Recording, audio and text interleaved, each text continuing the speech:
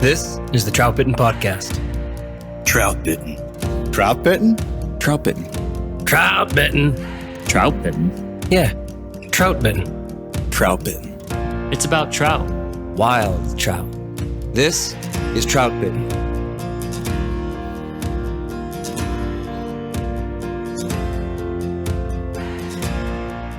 This is the Troutbitten podcast. Thanks for tuning in. My name is Dominic Swentowski. I'm the owner of Troutbitten and the author of Troutbitten.com. All right, tonight's episode is about big trout, what they mean to us, why we chase them, and how catching a top-tier wild trout often leaves a bookmark in the story of our fishing life. I have the Troutbitten crew with me, and we're ready to talk about this. But to set up our discussion, I'd like to read an excerpt from an article I wrote back in 2018. It's titled, "The Shakes and Why We Love Big Trout." All right, here we go.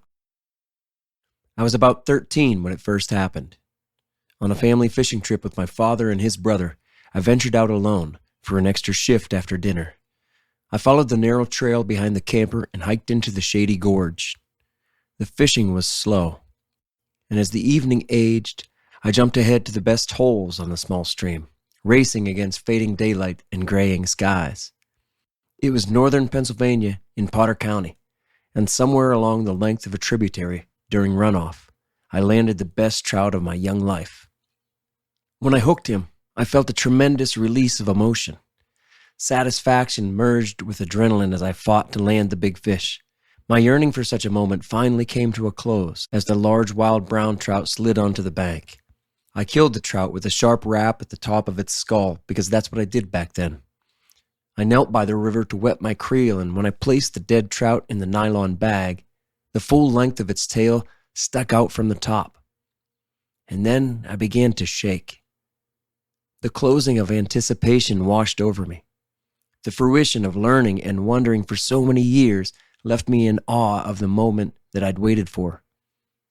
I trembled as I sat back on my heels.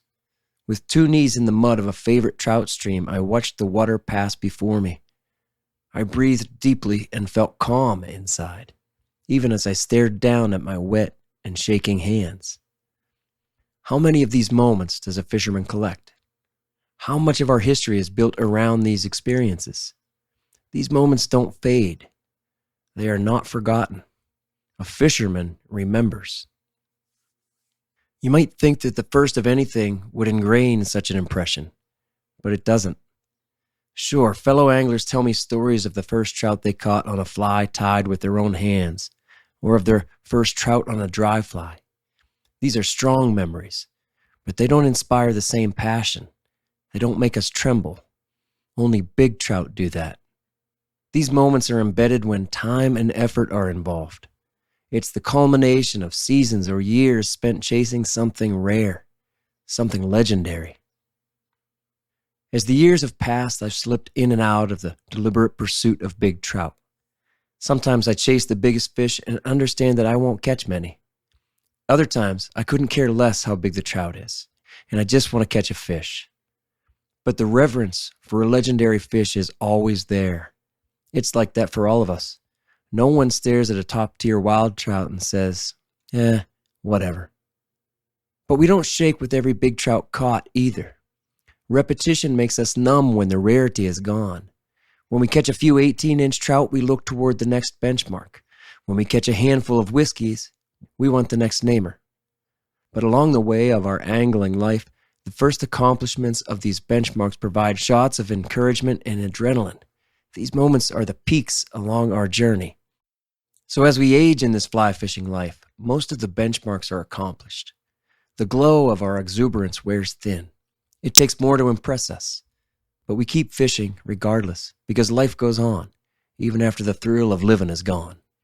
I stole that from John Mellencamp. The good trout I caught at camp that day was the first time I got the shakes from a fish. And in my 30-something years of fishing that have followed, it's only happened a dozen times more. I can tell you the stories around each one of those trout. The last time a fish gave me the shakes was this past August, the final week of summer before my boys went back to school. It was just shy of midnight on a cool and cloudless evening with a waning crescent moon in the northern sky on a river that flows east. And after a decade of night fishing my best rivers, after searching and hoping in the dark, I finally landed a 2-foot fish that I named Edgar P. He ate in a shallow riffle, 10 feet from the brushy bank where I'd pitched the fly, and I fought with him for 50 yards downstream. We finished our struggle together beside an enormous midstream boulder, the edge of which gracefully ramped into the soft current on the backside. And after I released Edgar P., he remained in the lazy seam behind the rock, working his gills and holding a position with his massive tail. I watched Edgar in the red light of my headlamp. We spent some time together, and when I leaned back on the edge of the rock, I began to tremble. It wasn't the same as when I was 13. The shakes were more like an exhausted buzz, like an overload of caffeine when you haven't eaten enough food to accompany it. But I sat in wonder once again.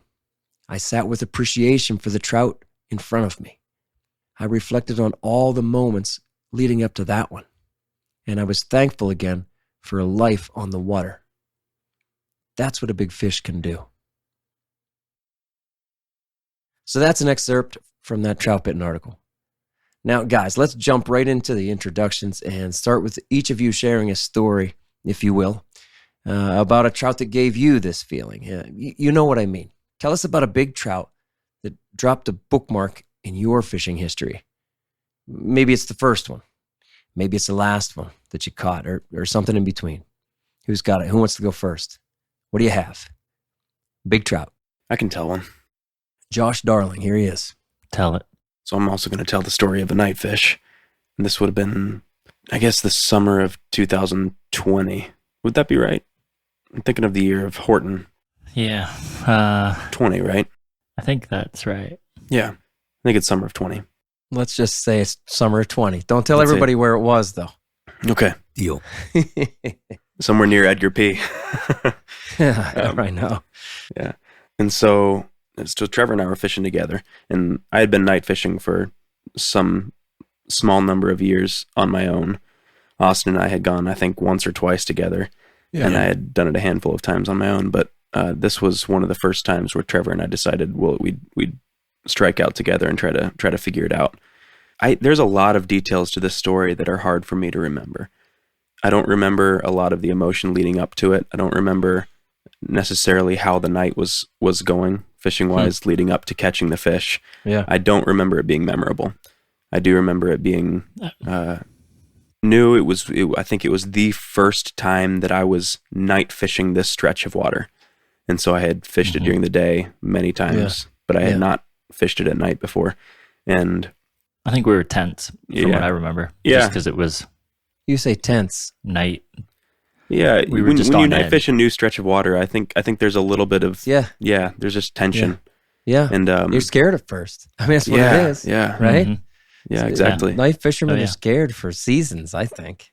Yeah, I and certainly was. Yeah. and I hadn't experienced yet that evening like that explosion that you feel, and Yeah. it feels like On a take. wondering what that's going to be like the first time that night is like I'm just not sure what to expect, and so you're sort of you're just anxious. You're kind of like you're giddy, you're excited, but you're a little scared of what you're about to experience.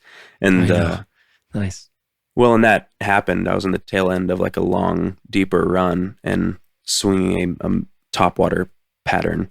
It was a bad mother, is what it was. The bad mother. It was the bad mother. It's a good one. Mhm. And sure enough, there was just this explosion. I mean, just it like shattered the night, like everything. Nice. It was the kind of thing that just makes you like everything in your body tense up in a moment. Yeah. And you just hope with everything that you are that whatever it is stays on the line. And so I just, knowing what I know now, I think I probably would have done it differently, but I just set right into it, and luckily he stayed on, and then it was just fish on, and then he was just splashing all over the place. I heard Trevor came down afterwards from a ways upstream, and he was like, that sounded like an elephant jumping into the water. Or a Shetland pony. Yeah. Yeah. Yep, exactly. In the end, that's how he got his name, Horton, and maybe we've talked about that story briefly, but that was the first night namer. So And, you named him Horton because of what Trevor said. That sounded like an elephant. Yeah. That's Well, and so obviously I got the shakes when I got the fish in. Did you? Because, I did. Yeah, And right on. And so I was sitting there with the fish there. I'm like, this is like no trout that I've ever held, you know? And then it sort of subsided, but it actually returned later that night when I got a text from Trevor, because we did not have a tape measure with us that night. We didn't have any marker to say how big it was. We just knew it was big. We measured a piece of like, was it mono or something we measured, or up against the net? We measured like how long it was against the net and marked it. And we're like, we're going to have to measure this when we get back because we're not sure how long this is and if it's made the cut. But in my mind, I'm like, this is close. It's close. And so we had like a name picked out just in case. And it's actually funny because nice. Yeah. Well, because the shakes actually came back when I got the text from Trevor at like 4 that morning. So we got back from fishing around 4, and I'm sitting in my driveway and I get a text from him, and he's like, and he showed me the picture of it. It was like 24 and a half or something like that. No kidding. Wow. And like, I'm sitting there in my car and the shakes just like came right back. Because all that adrenaline was like, all that, like, I was just hoping upon hope, you know, just wishing with everything that it would be over 24. And then when it was like, all happened again. That's amazing. That was special for sure. Yeah, it is. That's what we're talking about. I knew I wasn't the only one that got the shakes. Whether it's after a fishing trip or at a backyard fire, you can bet the Troutbitten crew has a case of New Trail Broken Heels along with us. It's honestly our favorite beer. This hazy IPA is smooth and full-bodied. Hand-selected citra hops lead to notes of bright clementine and juicy ruby red grapefruit. Broken Heels is a keeper. New Trail beer is proudly brewed in Williamsport, Pennsylvania, and delivered cold to your favorite craft beer retailer every week. At New Trail, it's not about being the best angler. It's about getting out there. So enjoy nature's moments and reward yourself for a day well fished with New Trail Broken Heels. It's Troutbitten's favorite beer. Imagine if someone put as much time, thought, and effort into designing fishing apparel as you put into finding fish. Well, someone did. Squala Fly Fishing builds waders, jackets, shirts, and pants so well designed, dependable, and comfortable, you hardly notice them. When you're wearing Squala, you're never hot or wet or unreasonably cold, so you can focus on more important things, like fishing. They don't make gear for everybody. They make gear for us, the like-minded few, serious anglers who don't take themselves too seriously. Check them out at squalafishing.com. Then use the code Troutbitten10, that's the number 10, for 10% off your first order from Squala. Anybody else? I just sent you guys a picture of the fish that I'll tell you a story about. Oh, cool. All right, here's Trevor Smith. So Josh and I spent the first season that we really dug into night fishing. We spent that whole summer fishing at nighttime and caught a lot of big fish, but I didn't catch a 2-foot fish. I didn't come that close. 22, I think, was the best fish I caught. But there was an October day that I just had time to fish, and it was sort of a bad forecast for fishing. It was going to be kind of extraordinarily warm. The water was low, and it was going to be clear and sunny all day. Yeah. And I couldn't get out until late morning, which none of those factors are my favorite when it comes to trying to fish.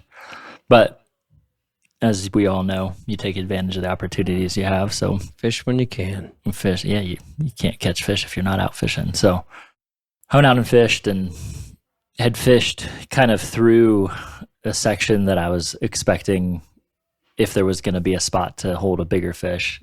I'd fished through there, and I'd really fished up through it, down through it, and then back up through it. Yeah, I know where you were. Yeah, and probably I mean, in conservative estimates, probably 40 drifts through a particular area. And I'd played around with depth of presentation, type of fly, nymphing, streamers. I had done, suspension tactics. I had waded out far enough to tight line it. Yeah. And it was when I waded out to tight line it, and this was kind of my last ditch effort. I was just feeling dejected because I'd caught one other fish that day, It was just a crap. I mean, it was just like worst conditions, clear, sunny water. You had enough excuses. I had enough excuses. So I was like, all right, one more drift through, took the bobber off, waded out to my chest almost, and just put one. I was like, maybe I'm just not getting a pure enough drift, and I just am not reading the sighter correctly. I drifted back through that same area, and my line stopped, and I set the hook, and I just saw my sighter just start to inch forward, and just start to creep forward. And I didn't think it was a rock. I knew it was a fish. Yeah. But it was very odd just reaction to me setting the hook, because it didn't really go ballistic. It didn't do anything crazy. It just kind of started inching forward. And I laid my rod down to the side and tried to put some side pressure on it, and just kind of to try to get a sense of, what kind of fish it was. And then it just took off kind of upstream and just started pulling line out pretty easily.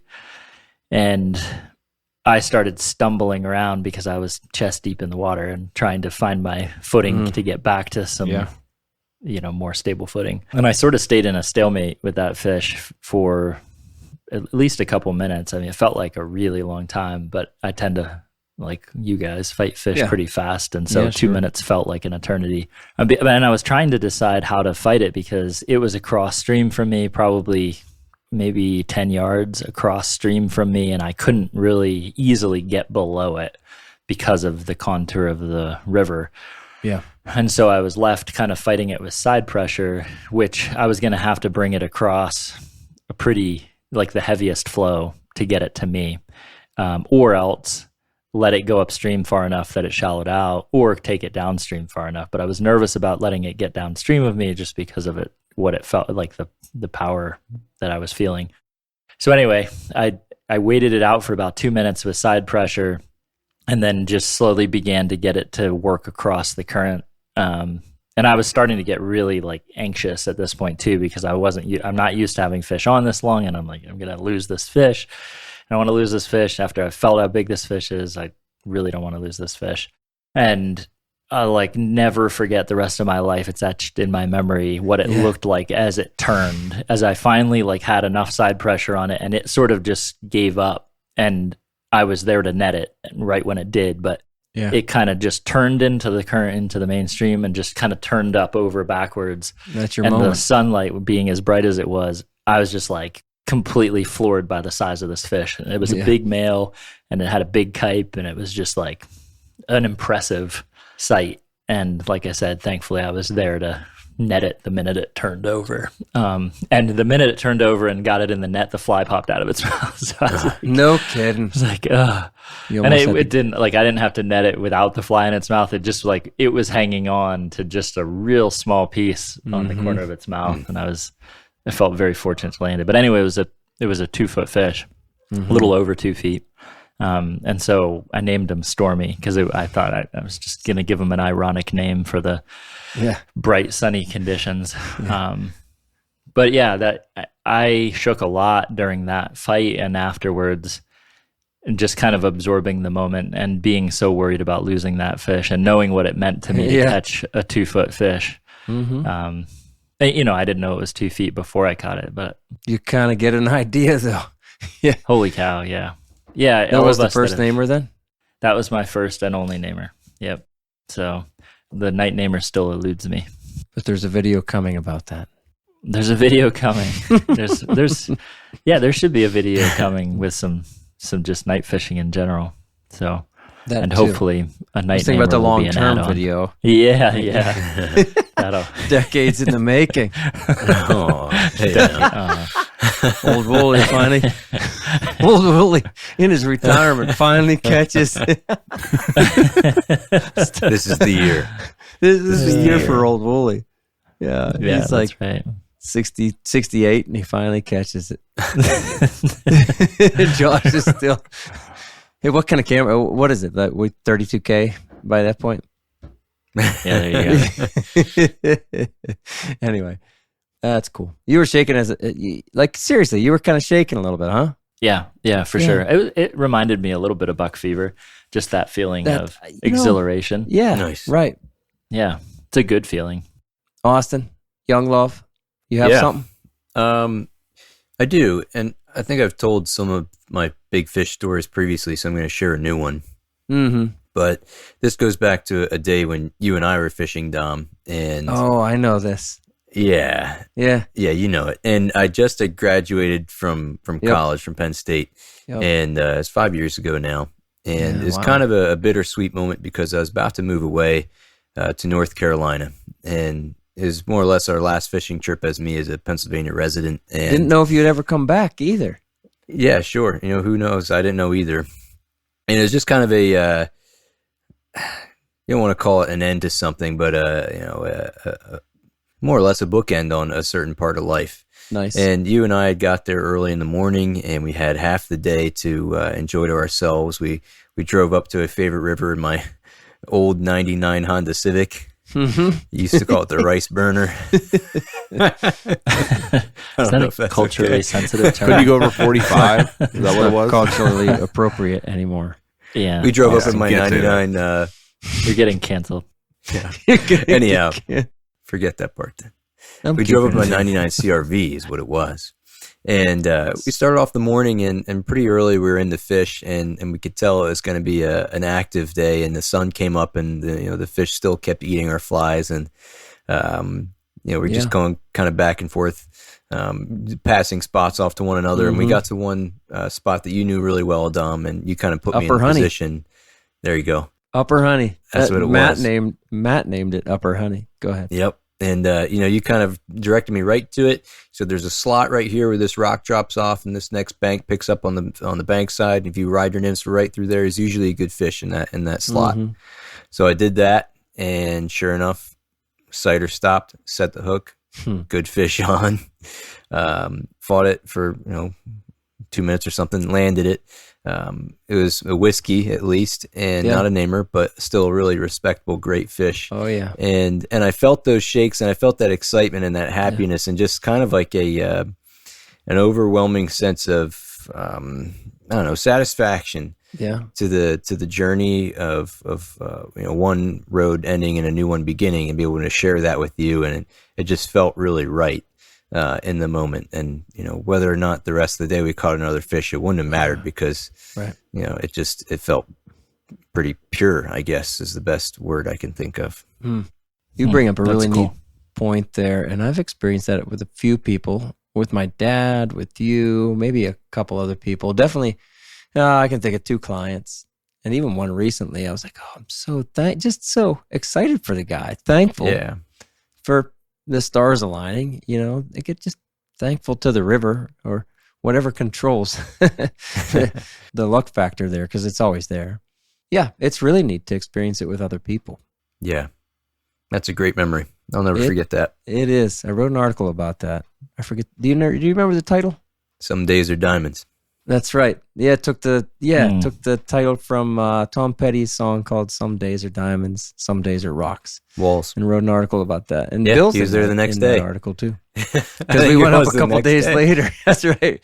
Yeah, and I'm like, Bill, let's go to the same river, and it didn't happen until Bill made it happen at the very end. What do you have, bud? Let's be honest. Bill's caught a lot of good fish in his life. What do you have this time, buddy? Something that really, really was special to you and made you feel that way. Torn between 2 stories. Okay. I'll go with the most recent really big fish that I caught. Did you just send us a picture of that?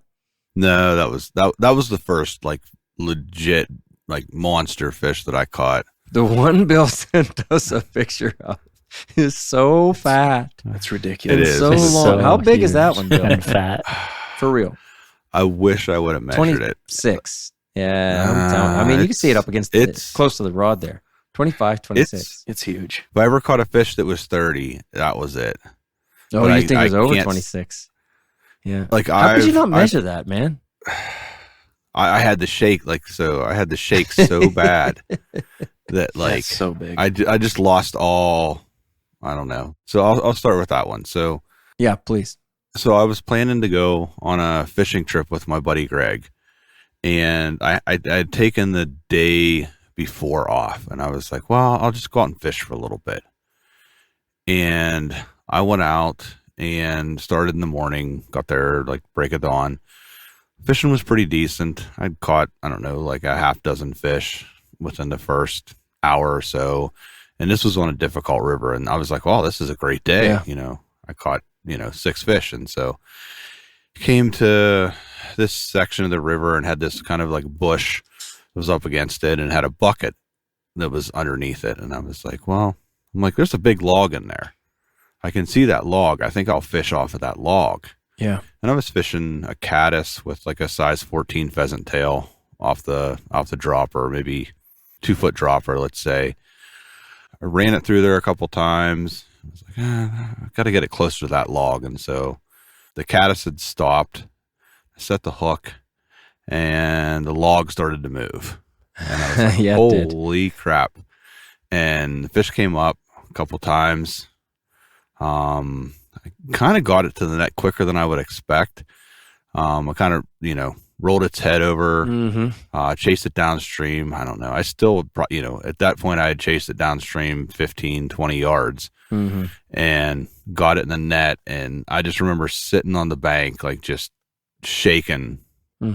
At that point I had like buck fever when I was hunting it, but this was like a new level. And the fish was like hanging out of the net that I had this like small net at the time. Yeah. And so this was before I understood how to take a hero shot or anything like that. So I just, laid it against the rod. And so I had in my planning for our trip to the river system we were going to had some big fish. And so I'd taken electrical tape and I'd put a black mark with the electrical tape on my rod at 20 and at 24, Nice. And so laid the fish against the rod and it was well beyond the 24. And I was like, wow, and yeah, I mean, my hand, I don't know, my hand's like whatever, 9 inches or so. And so my hand just disappears behind the fish. And I'm just like, wow, this is insane. And so I remember releasing the fish, took a couple, like fish pics of just it like in the water, holding it. Yeah. And then I just sat on the rock and I was like almost, it was the shakes. It was a little bit of hyperventilation and just like trying, like, that was the only time I've ever caught a fish that I've just sat there afterwards for, I don't know, maybe like 3 to 5 minutes. And it was just like, wow. And just kind of had to recompose myself and then start to fish again. Dude, I feel like I've sat there for 20 or 30 minutes, after some of these bigger moments. And I do. I enjoy that reflection period. I told about Edgar P. and whatever. I bet I sat there for 20 or 30 minutes. The fish bolts. We should say, like, I fought them and released them quick. But at night, and you guys can attest to this, at night, a lot of times, they'll just hang out. In the daytime, you let them go, and like, boom, they go back usually where they came from. They know where they are. And at night, sometimes you let them go, you're like, go ahead, buddy. Go ahead back. And I keep my red light on. Yeah, I usually land them with my red lamp and whatever, release them under the light of my red lamp. And a lot of times, I don't know if they're confused. That's probably fair, Austin. And maybe the red lamp that I have on them confuses them a bit. And I've had some of the better fish. Well, those are the ones I'll take a picture of and spend some time with too. I've had them, just kind of hang out at my feet or right around me for a couple moments. And that's what that one did. But he was long gone and I'm still just sitting there. But I mean, I feel like it was a decade of night fishing before I landed that namer. And I thought about every decade, or I thought about every year in that decade while I sat there. Not making me feel better. Well, Trevor, you got about... Makes it that much sweeter, right? That's right. You got a few years, right? Yeah. But I think that's what makes a legitimate big fish special. Like I was probably at that point, that was kind of early on. That was like 2016, 2017, but I was probably 150 some days deep into fishing that river system and learning it. And that was like the first big fish I caught. And I was just like, wow. Then part of it is motivation to go back out there and like, there's one, there's got to be more, right? And then let me, what did I do there and how can I apply it to other sections of the river and so on. That's it. I mean, the big fish matter. Like I said in the intro, like nobody looks at a top tier fish like that, like the one you guys just sent pictures of, and goes, so what? Nobody says so what about that kind of fish, not any angler, right? And so those are all great stories, great moments that we're talking about. They're marked in time, and like I said, planted in our history, like bookmarks in our history, in each of our histories, by these large trout.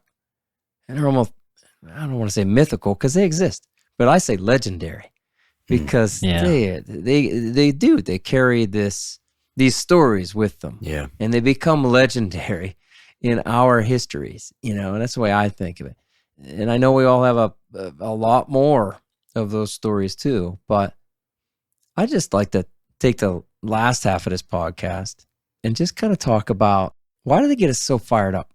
I mean, Bill, you already kind of mentioned it. You'd worked toward it and everything, but I mean, it's just another fish. I mean, a non-angler maybe, or maybe even a beginner. I don't know. I think some people will go, okay, it's another fish. This one's bigger, but okay, it's another fish. Why is it making you shake like that? As fly anglers and tires, we understand the value of having the right tool for the job. AvidMax.com offers over 20,000 products and the knowledge to help you find the right tool for your job, whether that be at the tying bench or on the water. Listeners of the Troutbitten podcast receive a special one-time discount code at AvidMax.com. Enter the code TB10 at checkout on full-priced items to save 10% off your order.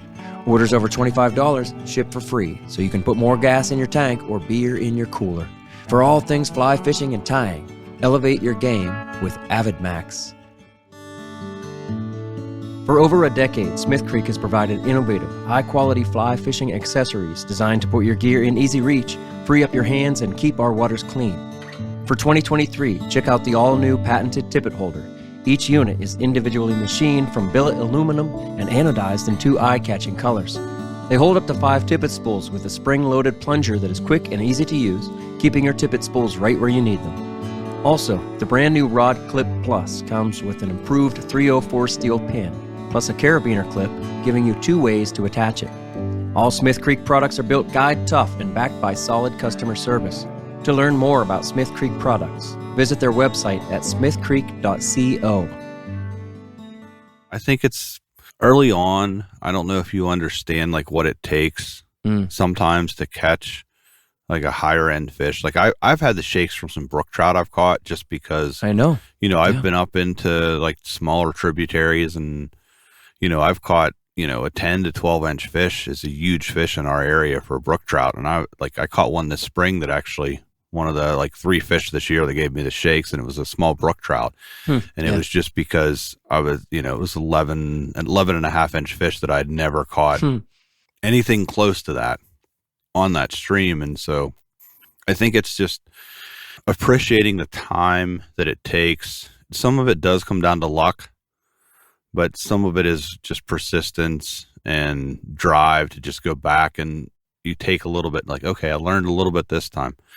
Next time, let me go out and, you learn a little bit more.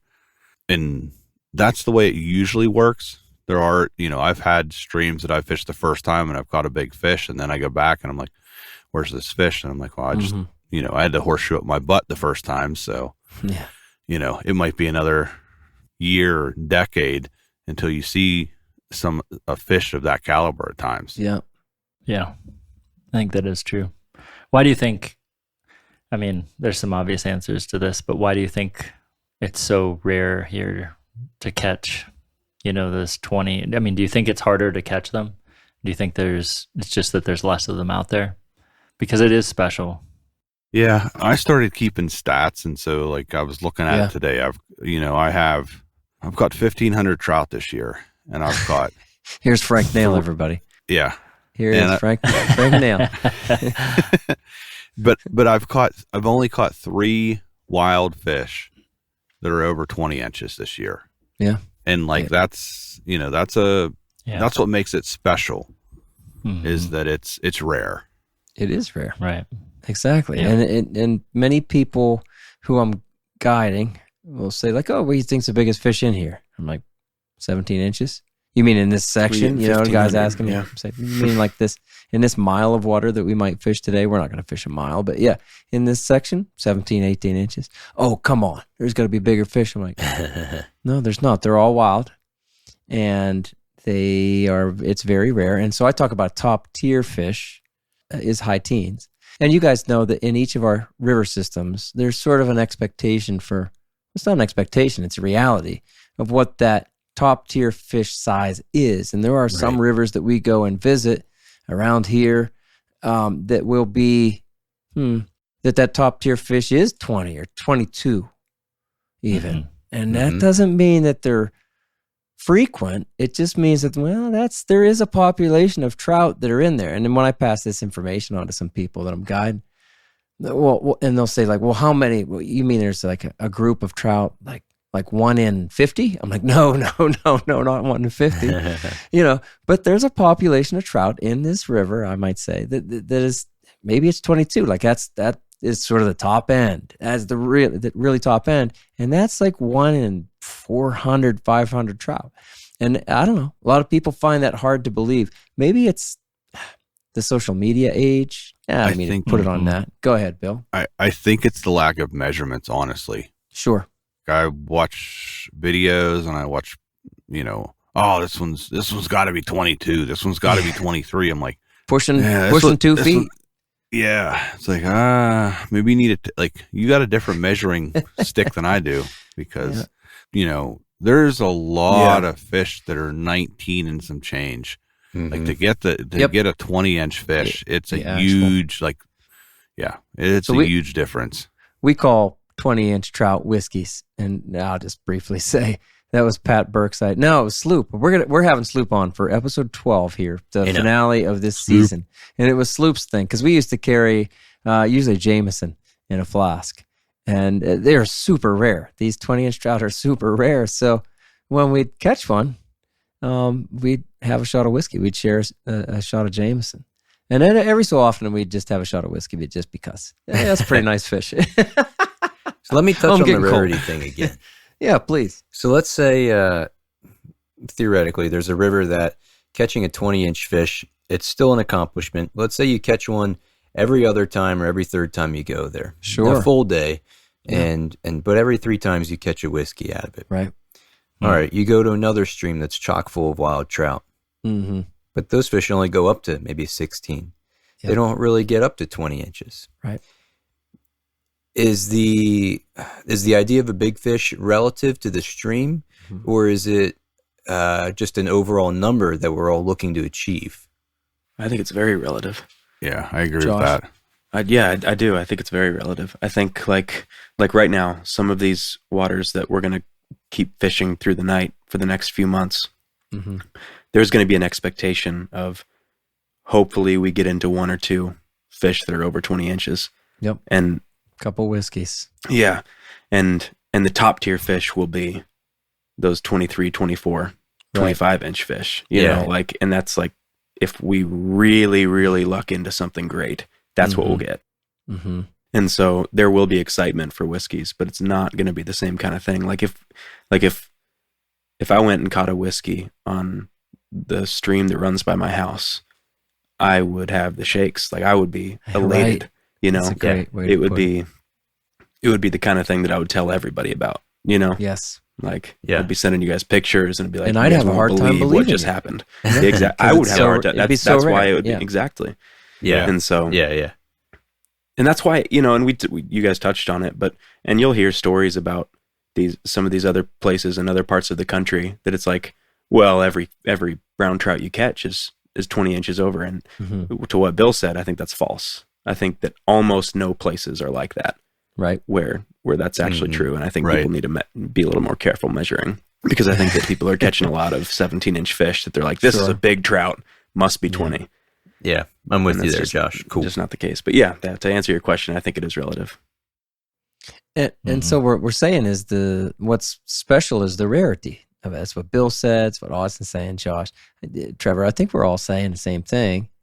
There was a friend of a friend who was fishing quite a bit. He was kind of getting into the game, and over he was showing us pictures of 20-inch fish, and a few namers in there too, 24s.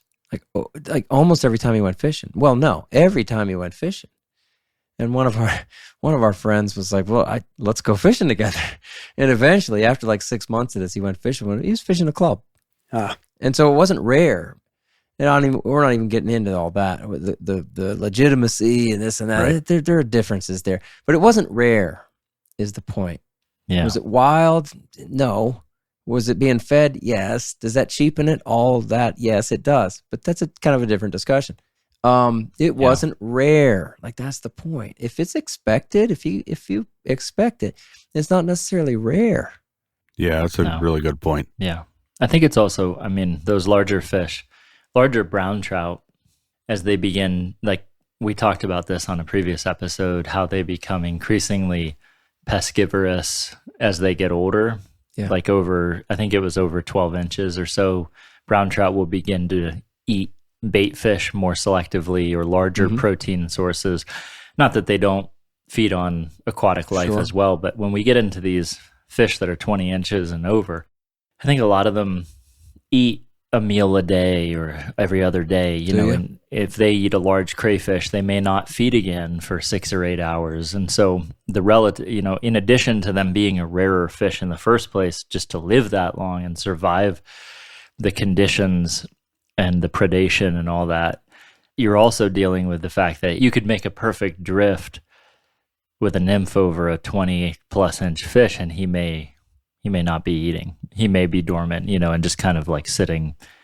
And so I think like the rarity of catch is sort of like exponentially exaggerated, just because there's fewer of those fish to begin with, and then they're also eating less frequently. And so I just think for many reasons, like your stats make a lot of sense, Bill. And I think that's really, I mean, it's hard to beat the number of river hours that you have and the stats behind that. I mean, I think that tells a pretty good story. So, Trevor, you asked earlier, do you think it's because they're harder to catch? And there you're kind of addressing it. So break it down a little bit more. Do you think they're harder to catch? Well, how about this? Does it take a special technique to catch them? Or are they just less hungry, less often? No, I think like the same pure drift that it takes to catch most wild trout will catch the biggest wild trout. But I think it's timing with those big trout. I think it's like, did you hit it at the time when their feeding window was on? Was the water up? Was, what was the condition that allowed that fish to be in a feeding window when you fished over him? Now, I think you might get away with some sloppy drifts with smaller fish, but it's not to say that many of our fish in this area, like especially as the season goes on and they're really getting fished hard, that same drift that they're going to demand is the same drift that'll catch you the top end fish. That's my opinion. I tend to agree. I do. I agree with that completely. I agree with that. I do think you need to have you can't have a below average presentation. Sometimes you'll luck into them, but I think you'll catch more, like maybe the onesie twosie, but if you want to consistently catch twosie. What's that? What is that? What is that? Never heard of onesie twosies? Okay. Rural Highlands thing. Yeah. Yep. But if you want to catch, like I consider a big fish I keep track of them, and I consider a big fish over 18 inches. Sure. Or a brook trout, I consider a big brook trout over 10 inches I was just going to say in 10. our region. Mm-hmm. And so there's only so many of them per mile. And so if you go out and you fish the same hole every day, it's rare that you may not, it's not going to be in there. And so there's a little bit of me that says you need to understand the river, the levels, and you have to, maybe not the best presentation, but you have to have a good understanding of the different factors that are going to influence where that fish could be. I like that. But in the end, you may still, the average drift may catch that fish, but you need to know where to put that average drift. Right on. Sure. Like Trevor said, I don't think they're going to take sloppy drifts. I don't think it necessarily takes anything special, but it does take definitely a very good drift.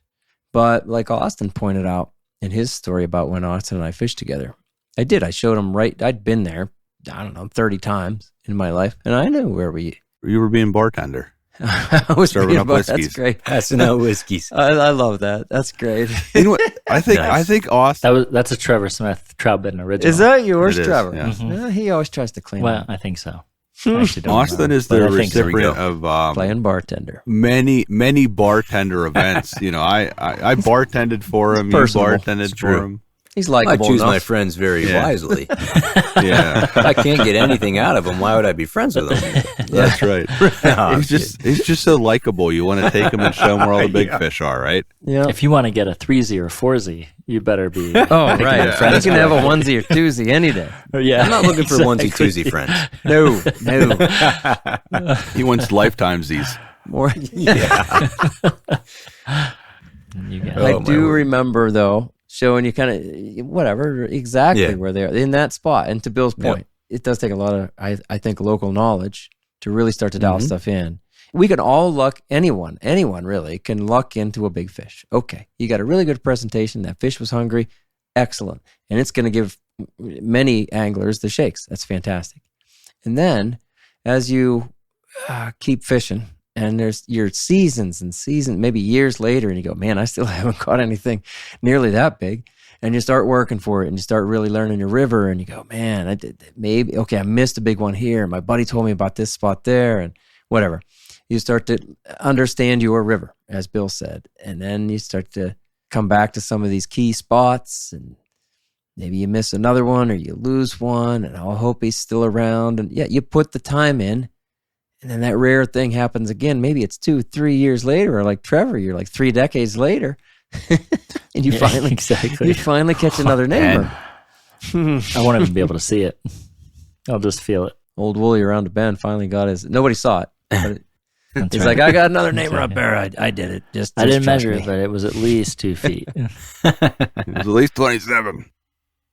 Anyway, it does help to know the river, and it more than help. It's often required. It is a lot more than luck. But yes, we're also saying that there's some luck involved. You got to get fortune to shine your way a little bit sometimes.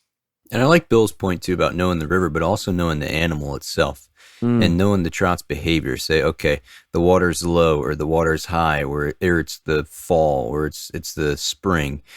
That fish may or may not be in that same bankside lie. It may be 300 yards up in a bucket somewhere else. Mm-hmm. But based on the conditions, based on the ecology, based on whatever's going on in the weather, okay, here's where my chances are highest. And you pull from your experience and just also your fisherman's brain and instinct and try to connect the dots. Yeah. Love it. Yeah. Yeah, that's a you good got to point. have your 200 CFS big fish bucket, your 300 CFS big fish bucket, and beyond, because that the water level changes and the fish is looking for that same. I don't know. When I hunt big fish, over time certain I've water kind of type. said, okay, I know the water type they're going to be in, Yeah. Mhm. and so saying I know that, there's still always that surprising one, or oh man, I walked through 6 inches of water and I just spooked a really big fish. Yeah.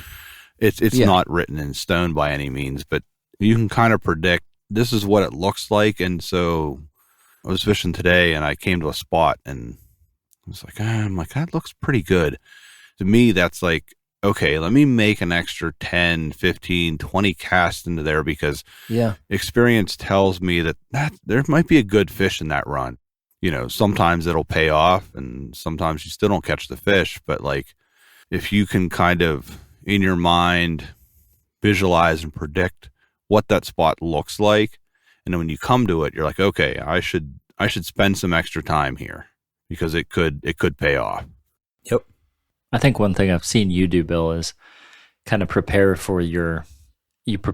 like when you say spend more time there, what I see you do is actually spend more time just setting up to make the right presentation.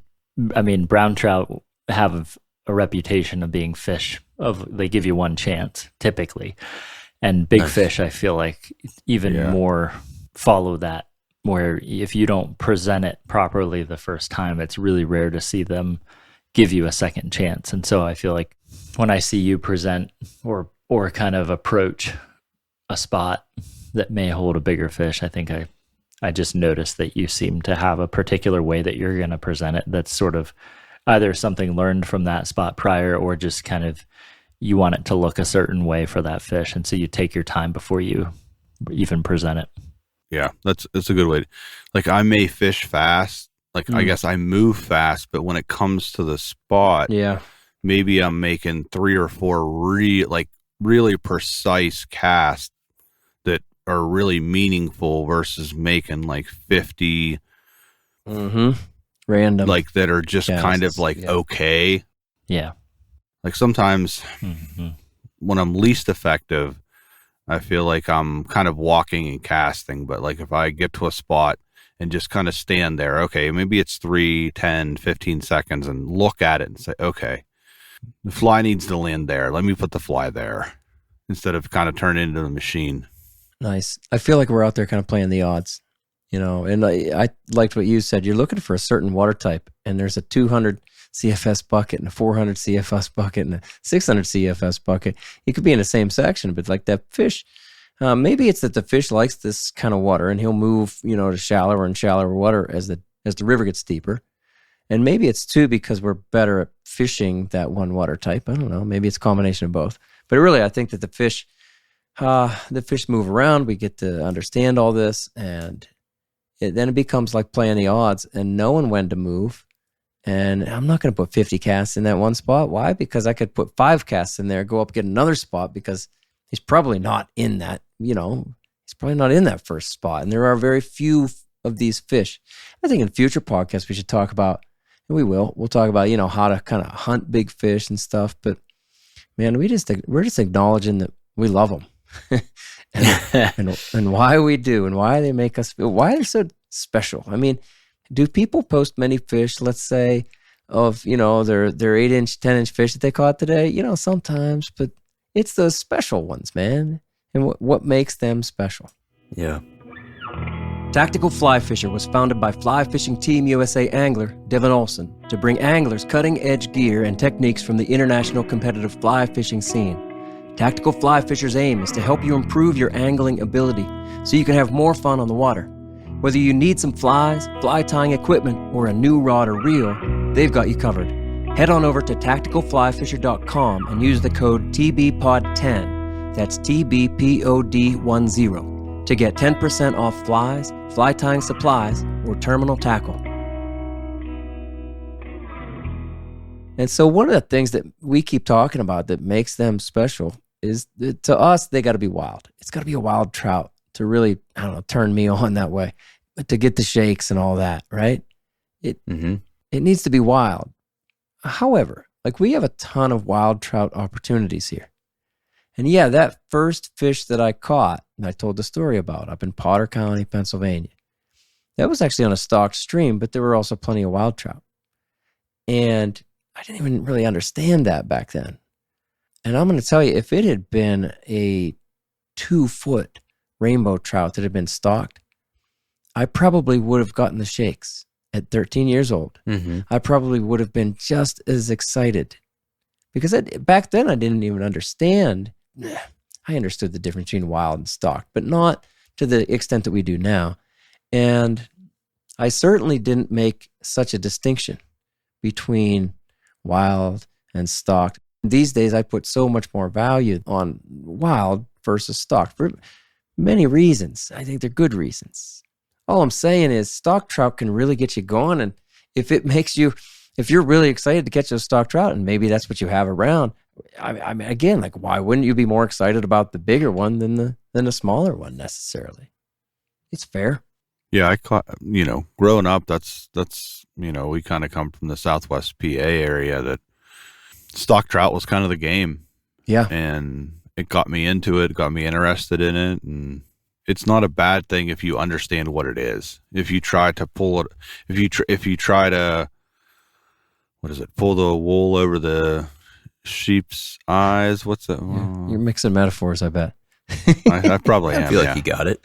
Did he? Is that Sounded right? right. Okay. Yeah. Wool over the sheep's eyes. Yeah. And say, hey, this is a wild fish, but I catch 20-inch fish a week out of the same pool. Yeah. Well, Well, may not is it be as really? legit as you think. I remember once, long while back, I was fishing, and for a while I've been trying to find a 20-inch wild brown trout. Yeah. And I hadn't done it. And I caught a trout. It was a brown trout, and it was a whiskey, and wasn't quite sure if it was wild or not at the time. And I sent the picture to the Troutbitten group chat way back when. Mm. And the group consensus was, yeah, probably not wild. But Sloop responded with, it's not wild, but we also like big trout. Congratulations on your first, trout over 20 inches. And that was like a really reputable or honorable thing to say. You could be like, it's stock, doesn't count. He's like, no, Yeah. it's cool you caught one, got you excited, taught you how to fight a big fish. Now you can go find another one. That's it. I mean, and so Sloop has it right there, right? I mean, Yeah. that's what I was trying to get at. Like, well, honestly, I was tying flies before we started this podcast, and a friend of mine called me, and we're going to go fishing sometime soon. And he was saying how his kid had caught, he said it was 20. I don't know if he measured it, but he said, whatever, he threw the number out there, right? He's like, I'm telling you, it was 20-inch rainbow.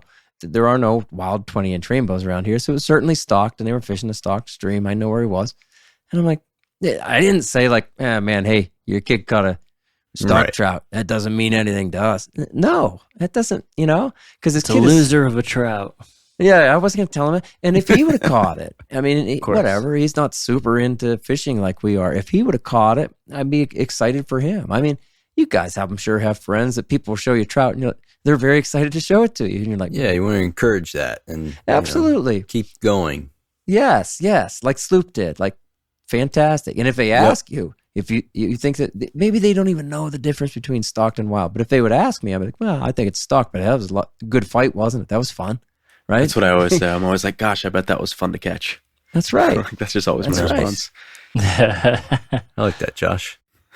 The big trout get everybody going, no matter what. And if you are bringing one in, when you hook a big fish around here, some of the places we fish are like, this might be stocked, right? And then you bring it in and go, darn. But it doesn't give me the shakes, but it still kind of gets me going. I'm like, oh, here we go. It can still be a fun fight. There's still value no matter what. It's big. It's fun. I think Go ahead. I don't know. Yeah. I feel a little. I don't feel the same way on that. Tell me. If I'm fishing a wild trout stream that I know, let's say it's 95% wild trout, Right. and I hook into this big fish, and I'm like, oh, I got a good one. Mm-hmm. And then I come up on it, I net it, and I'm like, are you serious? I know. I caught a 22.5-inch rainbow a couple days ago. Mm-hmm. I hooked this fish, and it didn't show itself. I could feel I was like, oh, this is a powerful fish. Mm-hmm. And then I, kind of rolled it over, got it to the top, and I was like, oh, it just felt like a punch in the beans. The beans. In the beans. Is it any better than a sucker, Bill? Does it feel equal to a sucker? What's wrong with a big sucker? The sucker's wild and native. That's right. Those It's a things native have been, fish. Wow. This thing's chugged full of pellets and just dumped in there, and so yeah. That's another point when there's full of pellets. Club fishing's a different thing too.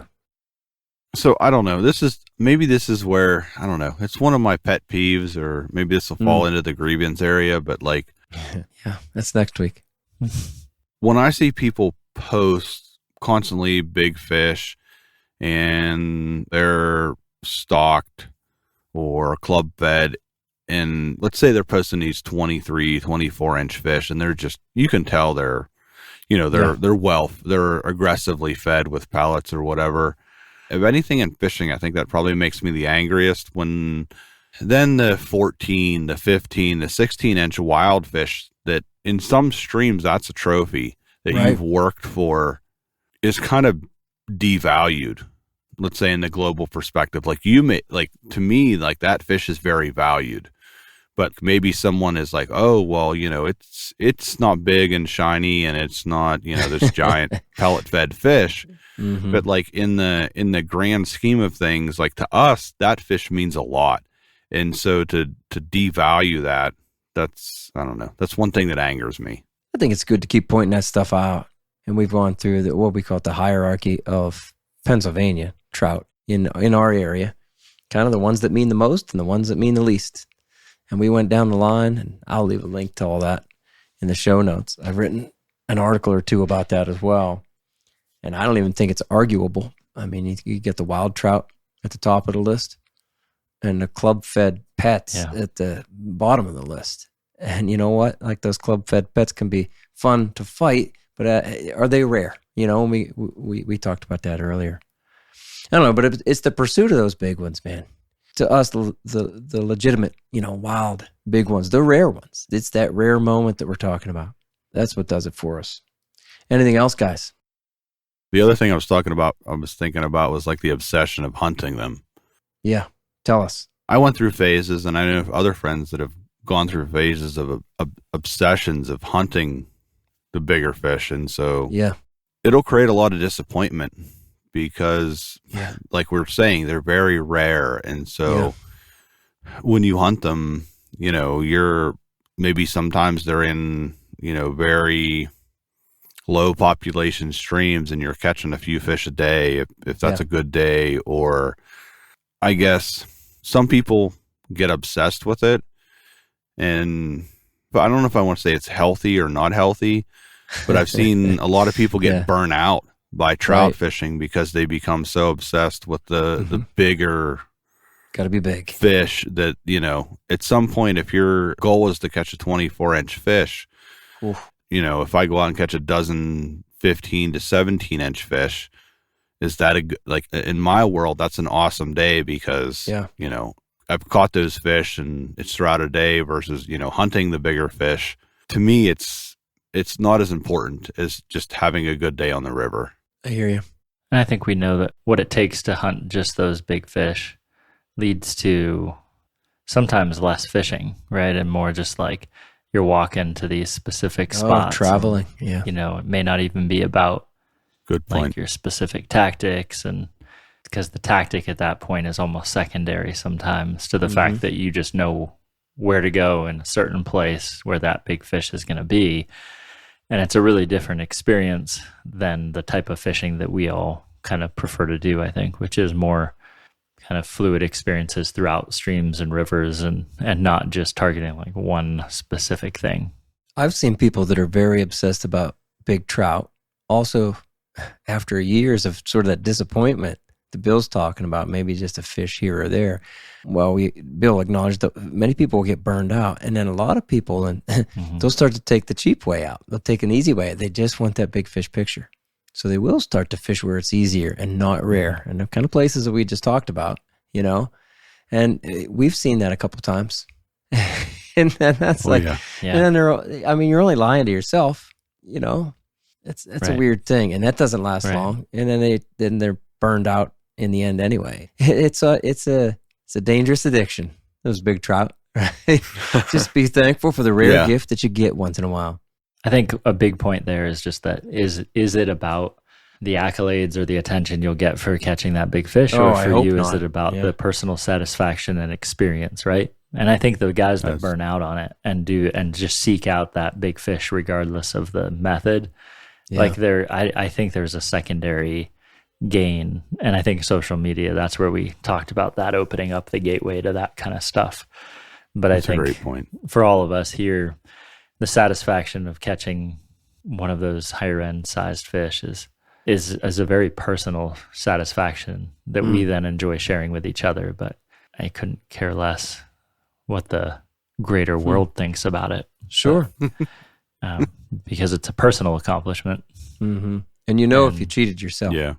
Yeah, right. Exactly. Yeah. All right. There it is. Big trout. Why we love them. It's because they give us the shakes, because they elude us, because they are rare. And just fooling a top-tier trout serves as an accomplishment that we know comes from persistence and knowledge gained over seasons of fishing. time. That's what it always comes down to. Because big trout don't show up every day. The rarity of the occasion often puts the capstone on a special trip. And these fish serve as bookmarks in our history.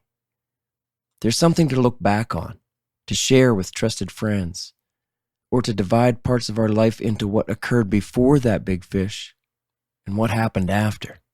And because pursuing legendary fish takes us on a journey like none other, leading us into places unimagined and providing moments that bring a vibrancy to our daily life. Anything else? We good? Anything else, guys? Young Love gives us the thumbs up. You want to read us out, bud? Sure, I'd be happy to. So remember, the Troutbitten Project is a free resource for all anglers. The Troutbitten website hosts over 1,000 articles with endless stories, commentaries, tactics, tips, and more. Find what you like through the top menu and through the search page. Navigate by way of the categories and the tags too. Be sure to find the Troutbitten YouTube channel, currently featuring the Troutbitten Tips series in collaboration with Wiles Media. These are short, useful, and unique tips for your fly fishing line. Thank you for listening to the Troutbitten Podcast. Please give the show a 5-star rating on Apple Podcasts and leave a comment, because that really helps. Till next time, friends, fish hard, enjoy the day, and find your life on the water. Water. Down there. Water. Good job.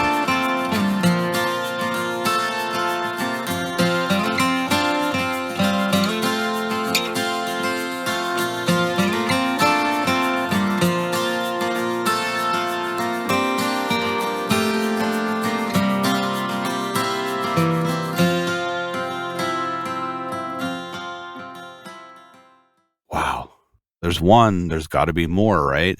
Maybe the onesie twosie. What's that? Onesie, twosie. What's this? It was at least 27. On the water. Boom. Water. Down there. Solid read. Find it. On the water. Find it. Good job. Water.